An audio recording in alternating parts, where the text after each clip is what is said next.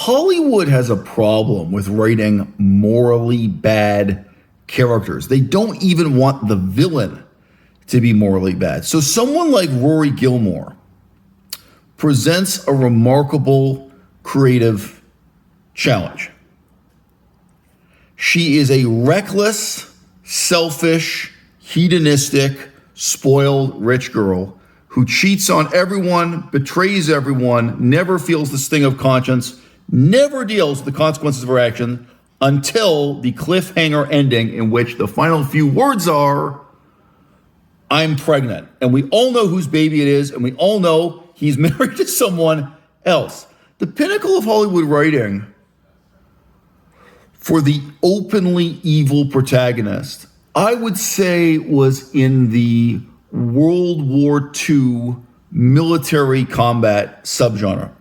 That would bring together a variety of characters, almost always men, who were evil, who had bad motivations, who had terrible, unforgivable faults and character traits, but they're serving the higher purpose of trying to complete a mission, whether that be espionage, broad daylight combat in the battlefield, what have you. And the style of writing for those military movies, some of them before World War II, some during, some after, just when the writing and production took place. Hollywood was definitely making World War II movies before the United States of America actually joined the fight in World War II. That tradition was unconsciously adapted from the most violent of cowboy westerns. And to some extent, the Western movie, the Western genre, remained forever hampered by the limiting conceit that the hero must be morally good. And that's impossible. You know, the cowboy Western, you're talking about guys who are involved in genocide, slavery, raping, looting, pillaging, not to mention cattle herding. Cattle ranching makes villains of us all. I wish there were more awareness of Aristotle in the writing rooms of the 21st century. I wish there were more awareness of Shakespeare. It seems to me that the most mainstream touchstones that defined competence in script writing in this way have been forgotten by the present generation of writers. But if that is too much to ask, can we go back to that final era of black and white cinema? Because black and white disappears soon after World War II ends. That final era when we had protagonists, not villains, we had heroes, even if the hero was a small part, heroes who were evil. That's what Rory Gilmore needs to be. And I think in the same way that all those military movies, you know, it was an ensemble cast. Wars are not won by just one man.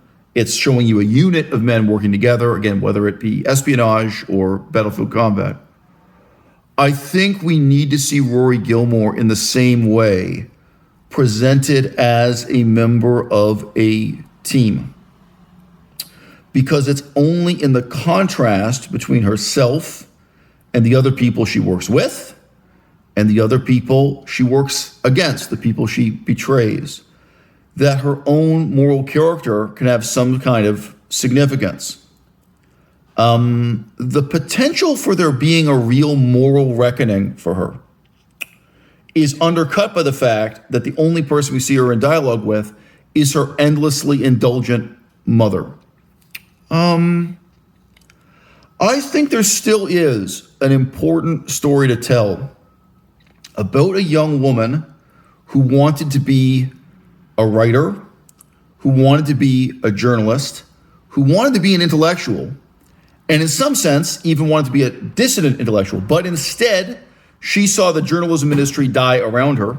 She saw its utter corruption and vapidity and so on. And instead, she ended up being, in plain English, a lying, cheating, backstabbing whore who ruined the lives of all of the men who loved her and ultimately ruined her own. That's the sequel. That's the next chapter in the story that corporate Hollywood inevitably must tell. The only unanswered question is, will Netflix now collapse and fail in the same way the journalism industry did? Or will we again see budgets over $100 million for a sequel to a sequel, the way we did with the swan song, Year in the Life sequence, that concludes with those fateful words, "Mom, I'm pregnant."